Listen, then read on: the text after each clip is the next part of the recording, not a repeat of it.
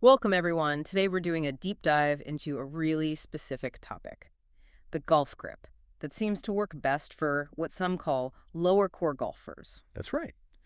And it's fascinating because it's not just about where you put your hands, is it? It's deeply connected to how these players generate power. Exactly. We've looked at some shared sources on this, and our mission today is really to unpack why this particular grip is so effective for golfers who, drive their swing more with their hips and legs. And you see it in some big names, like think about Dustin Johnson or Paula Creamer, maybe. Yeah, that very obvious forward lean of the club shaft they have at address. We're going to connect the dots between that look and this grip. It's all about biomechanics, really. Yeah. Matching the equipment, or in this case, the grip, to the body's natural engine. Your sources make a strong case that this grip optimizes that energy transfer. Okay, so let's define it. What exactly is this short thumb grip we're talking about? Well, based on the descriptions, it's where the thumb of your lead hand, so left thumb for a righty, doesn't extend way down the shaft. It sits more sort of between the middle and maybe the upper knuckle of the middle finger. And crucially, the club's held more in the fingers, not deep in the palm. That finger placement is absolutely key. You see, a lower core golfer, someone really using hip and leg rotation, often sets up with their trail arm, their right arm, for a righty, sitting a bit under the target arm. Okay. And this finger grip provides the stability needed to support that powerful lower body unwinding without losing control. Right.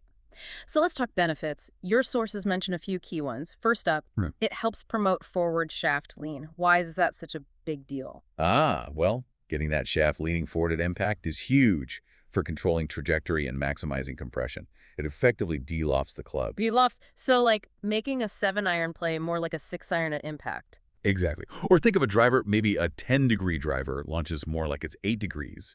This gives you that lower, more penetrating flight, often with less spin, which can mean more distance, especially when you're generating speed from the ground up. Gotcha. Okay, and that forward lean ties into the second point, right? Stabilizing the wrists. It stops that flipping motion through the ball. Precisely. If your power isn't coming from a late hit or flipping the hands, you need stability. Holding the club more in the fingers with this structure helps maintain that stable relationship between the lead arm and the club through impact. Makes sense. And it also apparently enables more compact, powerful motion. Yeah, because the connection is secure, but still allows for speed. It lets the power generated by the big muscles, the legs and core, transfer efficiently up the chain through the arms and hands into the club. It's less about manipulating with the hands and more about transmitting that body power. And the last point from the sources was about an enhanced body club connection. That sounds vital if you're not relying on, say, raw upper body strength. It really is. The grip acts as the crucial link. If the hands and arms are sort of disconnected from what the lower body is doing, you lose energy and consistency. This grip helps synchronize everything. So, boiling it down, for these lower core players, this isn't just one option among many. It's almost like a biomechanical necessity to really leverage their power source effectively. I think that's a great way to put it. It's a functional choice that suits their movement patterns. Okay, so for listeners who might be thinking, hey, that sounds like me, your materials had a practical training tip.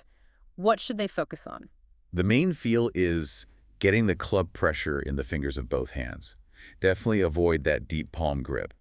For the lead hand, keep that thumb short, like we said, almost feeling like it's covered by the top hand's pad. And the trail hand just supports underneath. Exactly. The trail hand sits more underneath, supporting that structure. This whole setup naturally encourages that slight forward press or shaft lean at address. And the sources even mentioned using tech like a mirror or maybe something like the Sportsbox AI 3D app to check yourself. Oh, absolutely. Getting that visual feedback is huge. Seeing that you're actually achieving the position you're aiming for, that really helps lock it in. Much better than just guessing based on feel sometimes. Right. So the big takeaway here, if you identify as a golfer who really drives the swing from the lower body, this specific grip style is potentially a key piece of the puzzle for you. It's fundamental to unlocking consistent power. It truly is foundational for that style. And, it makes you wonder, doesn't it? How so? Well, just thinking about how many other fundamentals in golf or maybe even other sports or activities are actually more nuanced than we think. How much depends on our individual power sources, our own biomechanics. Yeah, like maybe there isn't just one right way for some of these things. Exactly. Maybe we should all observe our own movements and even watch others with a bit more of an eye towards how they generate force, not just what the end position looks like. It could change how you think about improving.